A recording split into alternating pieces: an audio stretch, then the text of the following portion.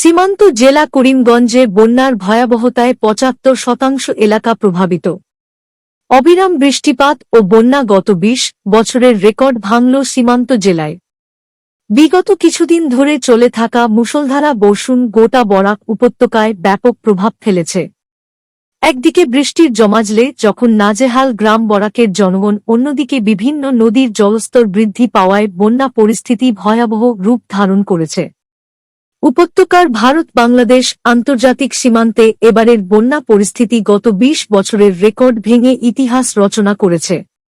ইতিমধ্যে জেলার ৭৫% এলাকা জলের নিচে তলিয়ে গেছে। করিমগঞ্জ শহরের কথা বলতে গেলে Lakshmibazar road, settlement road, Subhashnagar ও বিপিন পাল রোড সহ বিভিন্ন এলাকায় বৃষ্টির জমাজল জনগণের দৈনন্দিন জীবনকে দুর্বিষহ করে তুলেছে।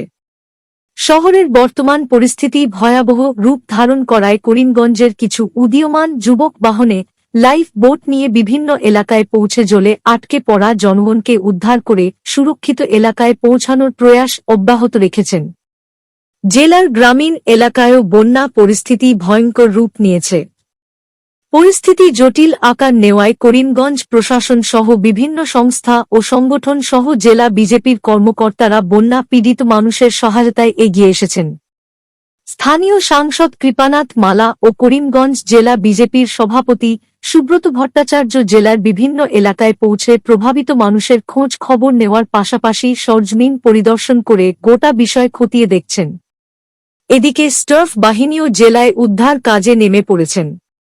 বন্যা প্রভাবিত মানুষের খোঁজ খবর নেওয়ার পর আসামের মুখ্যমন্ত্রী ড হিমন্ত বিশ্ব শর্মা করিমগঞ্জে বিভিন্ন ত্রাণ শিবিরের ব্যবস্থা করেছেন। স্থানীয় প্রশাসন সহ বিজেপির কর্মকর্তারা সরকার অনুমোদিত চাল, ডাল, লবণ সহ অন্যান্য সামগ্রী নৌকার মাধ্যমে জনগণের মধ্যে পৌঁছানোর ব্যবস্থা গ্রহণ করেছেন। করিমগঞ্জের পুয়ামারা ও কালীগঞ্জ সহ বিভিন্ন গ্রামীণ এলাকা বন্যার কবলে আসায় মানুষ নৌকাকে যাতায়াতের একমাত্র সাধন হিসেবে ব্যবহার করে সুরক্ষিত স্থানে আশ্রয় গ্রহণ করছেন।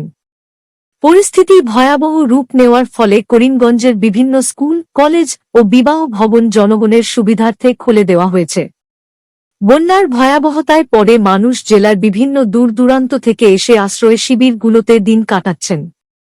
সব মিলিয়ে সীমান্ত জেলা করিমগঞ্জে বন্যার তাণ্ডবলীলা গ্রাম সহ গোটা শহরকে প্রভাবিত করে এক হাহাকার পরিস্থিতির সৃষ্টি করেছে।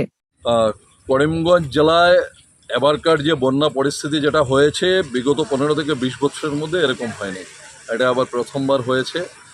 সবথেকে যে আশ্চর্যজনক বিষয় যেটা হচ্ছে যে করিমগঞ্জ শহরের প্রায় 75% এলাকা আজকের দিনে বন্যার জলের নিচে আছে। বন্যায় প্লাবিত হয়ে, বন্যাক্রান্ত হয়ে সাধারণ মানুষ বিভিন্ন স্কুল, কলেজ বা সরকারি প্রতিষ্ঠানে গিয়ে আশ্রয় নিয়েছেন। শহরের মানুষ, করিমগঞ্জ শহরে এমন কোনো স্কুল বা কলেজ বাকি থাকেনি।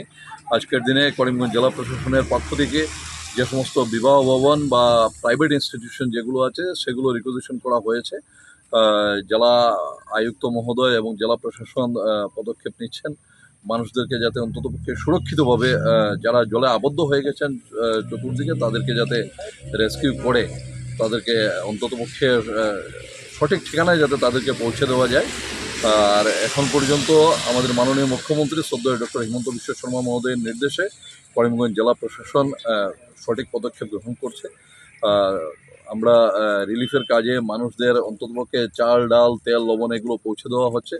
গ্রামাঞ্চলে করিমগঞ্জের 4টি বিধানসভায় আমাদের মাননীয় বিধায়করা, পাতারকান্দি মাননীয় বিধায়ক কৃষ্ণেন্দু পাল, রামকৃষ্ণনগরের মাননীয় বিধায়ক বিজয় মালাকার, উত্তর করিমগঞ্জে বিধায়ক কমলাক্ষ দেবপুরকাস্ত, দক্ষিণ করিমগঞ্জের বিধায়ক সিদ্দিক আহমেদ সহ সবাই মিলে প্রচেষ্টা নিচ্ছেন। আমরা ভারতীয় জনতা পার্টি করিমগঞ্জ জেলার পক্ষ থেকে আমাদের সকল কার্যকর্তারা যে যেখানে আছেন সবাই বন্যা পীড়িত মানুষকে সাহায্য করার জন্য, তাদের পাশে দাঁড়ানোর জন্য আমরা দলের পক্ষ থেকে অহরহ তাদের সঙ্গে যোগাযোগ করে চলেছি। বিভিন্ন জায়গায় দলের কর্মীরা কাজ করছেন, এছাড়াও বিভিন্ন সামাজিক সংগঠন সহ সবাই মিলে চেষ্টা করছেন।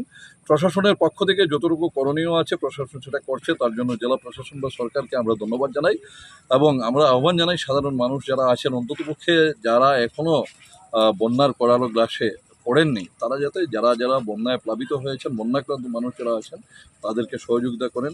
সবাই মিলে অন্ততপক্ষে সেটা আমরা বলতে পারি যে আজকের দিনে করিমগঞ্জের যে অবস্থা আছে, বিগত 15-20 বছরে করিমগঞ্জ জেলায় এরকম জল কখনো হয়নি। প্রকৃতির করালো গ্রাসে মানুষের এই দুরূহ পরিস্থিতি, সেটা থেকে ভগবান যাতে পরিত্রাণ